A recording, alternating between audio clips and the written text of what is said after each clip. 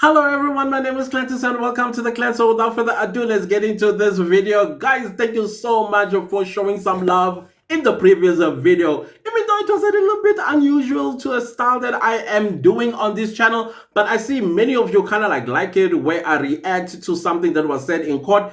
We'll see how we go about this one. I may incorporate it into this channel. But anyways, let's go to the Gauteng High Court in Judge Rata's courtroom, where things are kind of like going quang, quang, quang for both Judge Rata and Baloyi. Whatever it is that these people are busy cooking, it is burning. it's burning. You need to check your pot now and again to make sure that whatever ingredients that you put there, they are nicely marinating and marrying each other so that you get a great taste and nothing burns. But this house of cards is falling apart.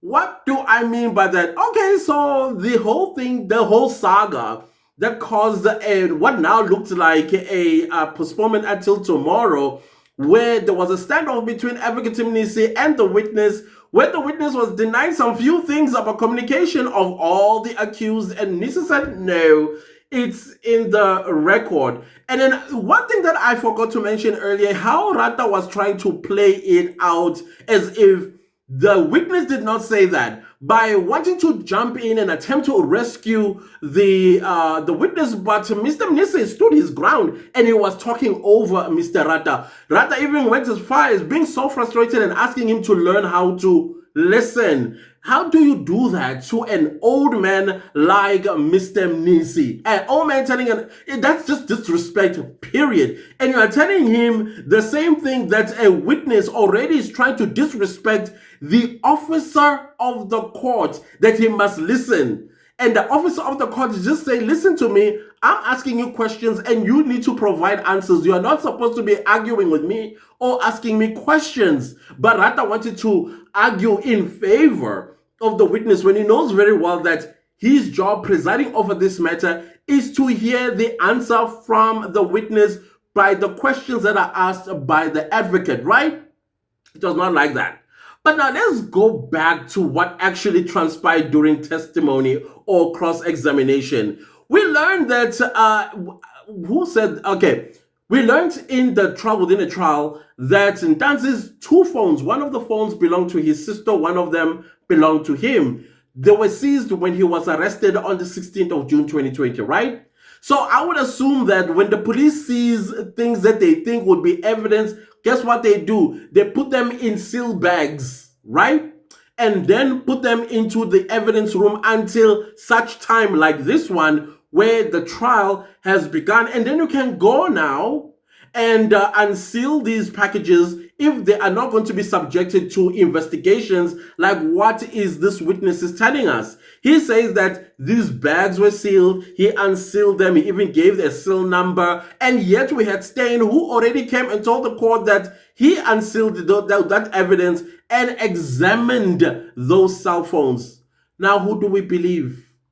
And secondly, what kind of high-profile suspect will have two phones in their possession for so many, years? And you're telling me that Ntanzi, immediately when he got arrested and his phones were not seized from him or was confiscated, he would not have called anybody in his family to say, hey, listen, Nakubema. Wouldn't he have done that? Of course he would have done that. And he would have done that while he was in jail, taking those so-called Facebook pictures. And why would you even modify your own pictures? Unless the modification has to do with cropping and putting up filters and stuff like that. Whom did he send that picture after he modified it? Who is this person? And why would he send such a picture of himself to another man? What is the suggestion? What is the implication here? Because I'm assuming Ntanzi, being a father of 4 kids, he would have modified this picture and sent it to a lady somewhere, Lerato, for example, whom we know is his love of his life. What? Come on, host. You know you're telling lies on the stand, bro. You know when this, who, probably you know who modify those pictures. And for what purposes did they modify those pictures? It's so that you say this, what you are saying in court, that these pictures were modified? By whom? Because the man is in jail, the owner is in jail, and in jail they're not allowed to have cell phones, which now became clear why this so-called prison warden was brought to the court to tell a fib about phones that accused number 5 had under his bed. Even that one fell apart. Nobody believed Yaka. Yaka lied, and Yaka knows that he lied. Just like everybody on the stand is lying through their teeth.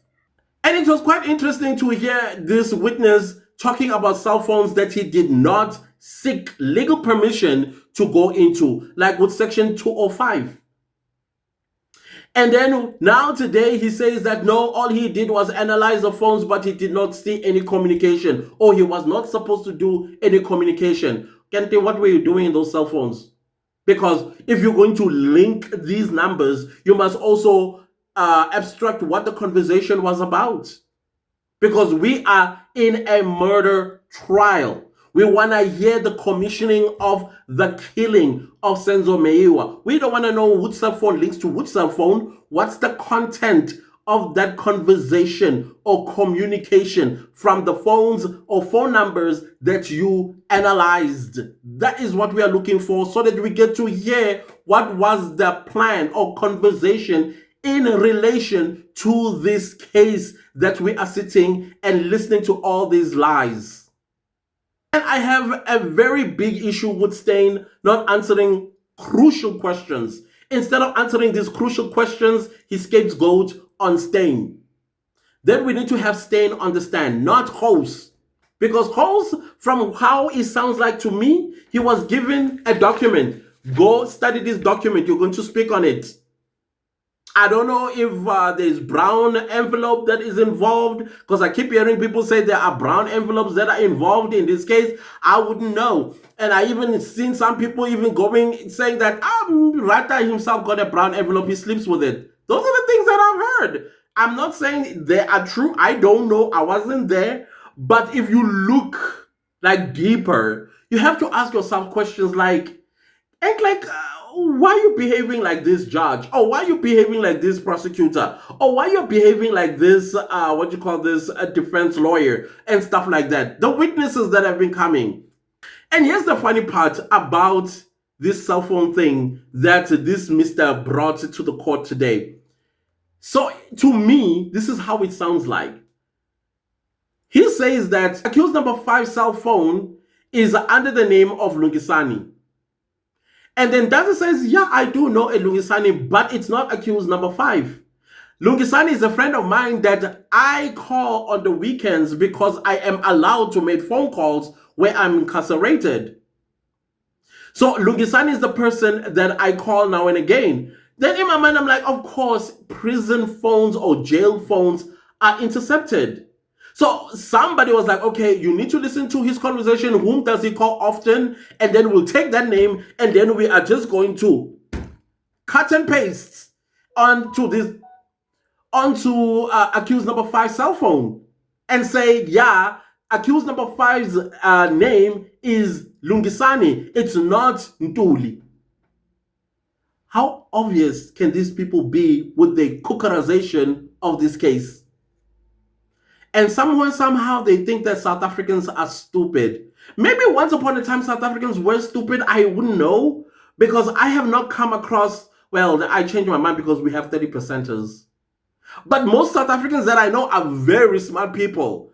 And case in point, the clan. I think I'm blessed with the most intelligent people that follow me on this channel. We have our 2 IQs together, we rub our IQs together, and then we spark our opinions. Hey, look at the comment section if you don't believe me. So how do you make fools of those people in my comment section? I don't think it's that easy. Even myself, I would not be able to make any of y'all idiots, complete idiots. There is no way I'll get away with that. But for some reason, somewhere, somehow, whoever is the mastermind of this entire thing thinks, oh no, these people are just stupid. That's just correct. That is why they continue to do what they're doing, wasting taxpayers' monies, is because they simply believe that we are dumbos. Just like the Facebook picture that was modified and it has no location, no time frame where all these activities took place. It's quite funny. It's very interesting. And it's also interesting to see that the cell phone that was confiscated in Kalagabusha, where's the data? Why wasn't it analyzed? Whose cell phone was it exactly? Mr. Baloyi, your case died a long time ago.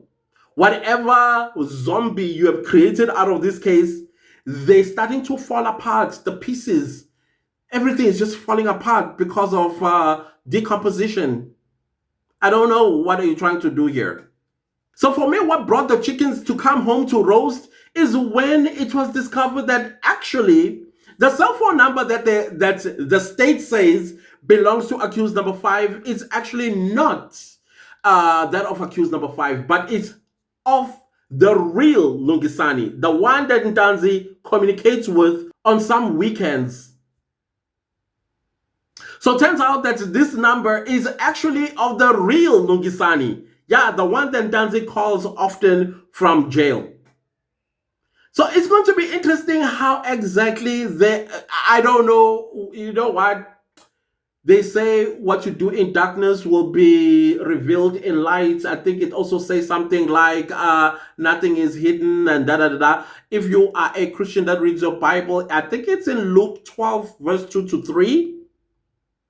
Yeah, I think some people just did not get the memo that what you do in darkness will be revealed in the light.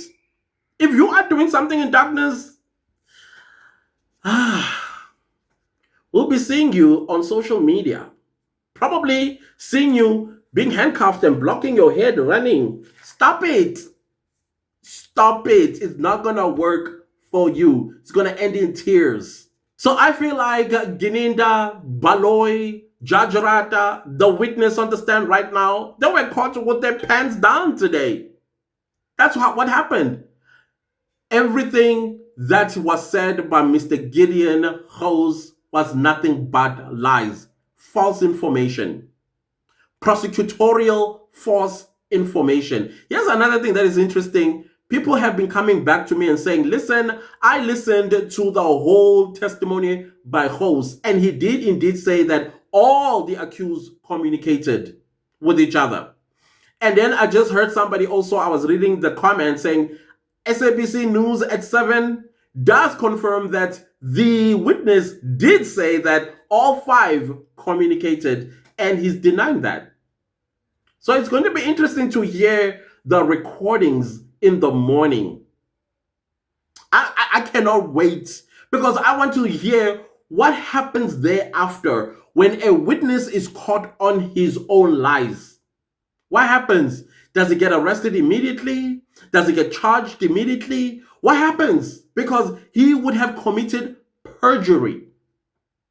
Isn't that what he says on his affidavit, that it is true and up to his best knowledge, and that if any of this information is false, he is subject to prosecution? It's going to be interesting to see.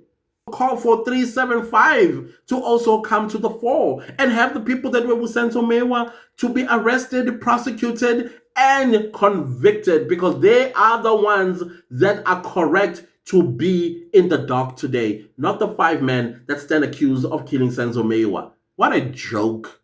Well, guys, if you liked the video, give it a like. If you didn't like the video, give it a like. Anyways, do subscribe to my YouTube channel and don't forget to click the bell notification so that you get notified every time I upload a new video. Thank you so much to everybody that's super thanking the channel and supporting it financially. I highly appreciate you guys so very much. Please leave a comment down below. Tell me, did you hear Hose say what Mr. Mnisi say he did say, or Mnisi got it all twisted? Let's see. It's going to be interesting to see this morning how all of that unfolds. Oh, tomorrow morning. What do I mean this morning? Tomorrow morning. It's just because I am filming this way late at night. It's already this morning. Yeah, this morning. Sorry. Other than that, guys, let's see each other again in my next video. Goodbye.